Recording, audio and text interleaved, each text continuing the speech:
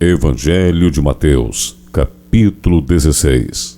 Os fariseus e os saduceus, aproximando-se de Jesus e para o provar, pediram que lhes mostrasse um sinal vindo do céu. Então, ele lhes ponderou: quando começa a entardecer, dizeis: haverá bom tempo, pois o céu está avermelhado? Ou pela manhã, dizeis: hoje haverá tempestade, porque o céu está de um vermelho nublado. Sabeis com certeza discernir os aspectos do céu, mas não sabeis interpretar os sinais dos tempos? Esta geração perversa, infiel, pede um sinal, mas nenhum sinal lhe será concedido, a não ser o sinal de Jonas. Jesus se afastou, então, deles e partiu dali. O fermento dos religiosos, ou o fermento dos fariseus. Indo os discípulos para o outro lado do mar, esqueceram-se de levar pães, e Jesus lhes falou: estejais alerta, e acautelai-vos do fermento dos fariseus e saduceus. Entretanto, eles discutiam entre si, dizendo: é porque não trouxemos pães? Percebendo a desavença, Jesus indagou: por que discordais entre vós, homens de pequena fé, sobre o não terdes pães?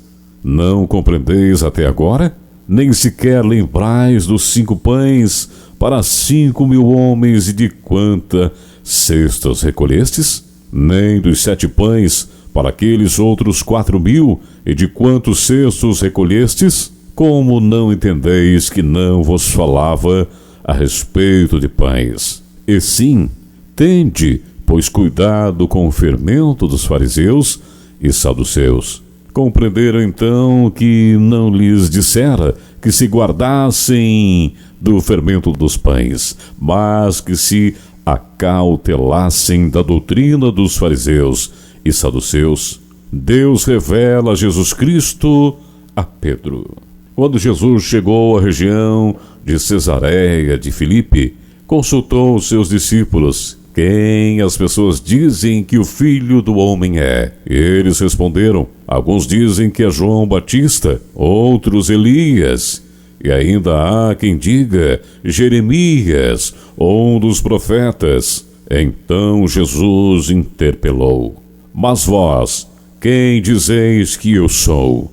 E Simão Pedro respondeu: tu és o Cristo, o Filho do Deus vivo. Ao qual Jesus lhe afirmou: abençoado és tu, Simão, filho de Jonas, pois isso não foi revelado a ti por carne ou sangue, mas pelo meu Pai que está nos céus. Da mesma maneira, eu te digo que tu és Pedro, e sobre esta pedra edificarei a minha igreja, e as portas do Hades, ou as portas do inferno, não prevalecerão contra ela.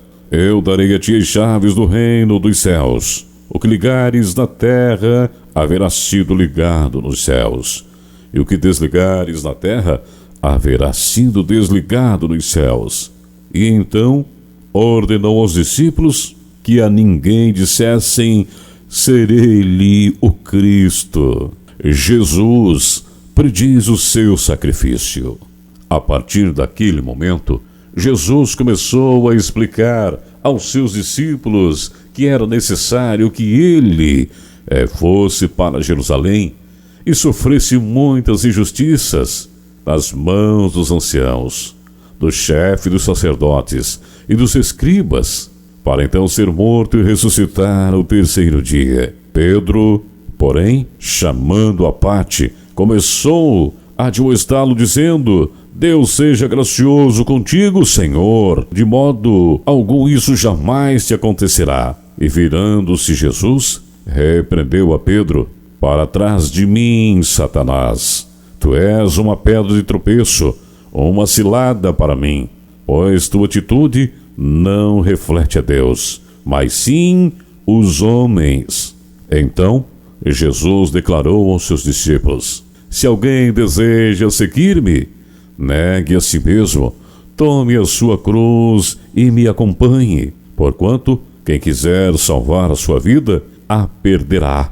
Mas quem perder a sua vida por minha causa, encontrará a verdadeira vida. Pois que lucro terá uma pessoa se ganhar o mundo inteiro, mas perder a sua alma? Ou que poderá dar o ser humano em troca da sua alma?